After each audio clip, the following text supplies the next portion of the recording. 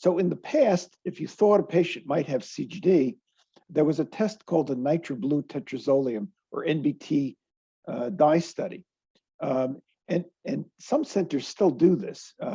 It involves taking a little bit of blood, exposing it to some stimulus, and the special dye that precipitates on the cells when it makes hydrogen peroxide or superoxide or the other oxidants. And then you make a slide, and essentially you then stain it so you can see the neutrophils, the white cells in the blood, and cells that are normal are NBT positive. So it's a little bit of a twist. Positive means you're fine.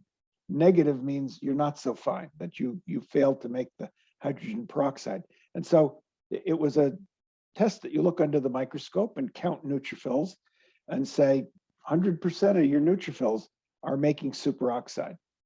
But more recently, we've come to realize that not only is that a more crude test, it doesn't tell you how much of the oxidant is made. And it will miss certain patients who have what I would call mild CGD. That is, they make less than normal amounts of the oxidants.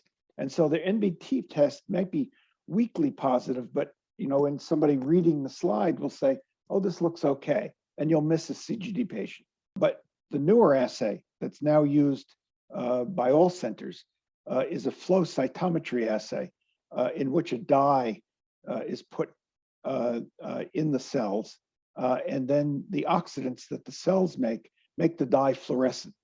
And so it moves the measurement of the cells from the far left of the curve all the way to the far right of the curve. And this allows a clean separation of cells that are negative for production of oxidants, meaning CGD, versus are making a lot of oxidants and make the cells highly fluorescent over to the right.